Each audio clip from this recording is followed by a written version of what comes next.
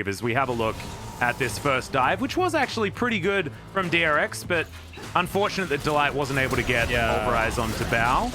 Hits it onto or to Pyosik. And yeah, Pyosik is the faster one to rotate here as well. You can see Lava's coming over, but in the earlier parts of the game, things went pretty well for Pyosik. You know, all things considered, he's a little bit late on this one, but he got early marks. But towards the mid-game, he wasn't able to make a big impact in really any skirmish, nor was he able to get further marks. I feel like DRX, in a lot of ways, past the mid-game, kind of won this game 4v5. Like, Pyosik was just, unfortunately, not very active in a lot of these team fights that they won later on. I was just really playing on the back foot the entire time. I feel like this was really carried by the top and mid lanes. Like, we had really great performances non-stop from Kingen. His engagements were really good, his flanks were good, and Solka was super safe on the Victor and always did a ton of damage in fights. And you can see Pyosik was just kind of otherwise just pretty annoying in general, but didn't really make big impact. No, and he was Becker making his way back in, didn't actually know that Lava was over the wall waiting just to take him down, so a little bit unfortunate there for the Galio, but in the late game team fights and things like that, I actually felt like the Galio was a better choice than what we saw from his rel play earlier on. As this was just, why is this in the highlights? It's just sad watching the Gragas try to run away from a mini Gnar. Yeah. Well, sometimes you have to watch the sad moments with the happy moments.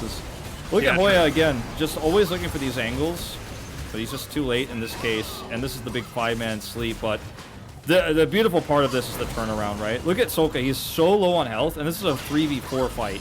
And Kingen gets a double stun, and Solka's just always far enough away to where he can't be dove upon, but close enough to where he's just chipping everybody away with his Death Ray, and then you see the ult come through from Bao.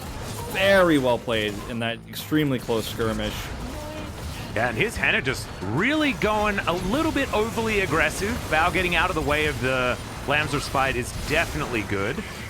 Sorry, the Fate's Call, as the Alistair was being delivered. But this was just a decisive Baron call, and you can do that with this composition, with the amount of damage that they had, but the headbutt giving all of the extra range over to the Gragas as we have a listen in to what these players are saying as the game is over.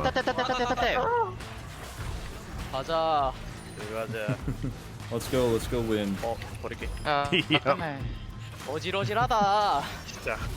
Very close game. Back and forth. And our audio is not great for me, so it's hard for me to interpret for you guys, but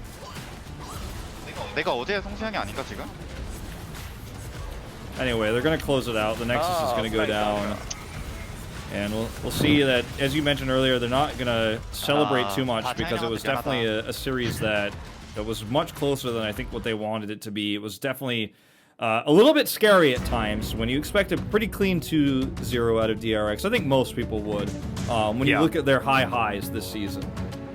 No, I agree. And once again, I mean, the Samira not doing actually a lot of damage, was able to get those few kills in that second last team fight that we saw. I think that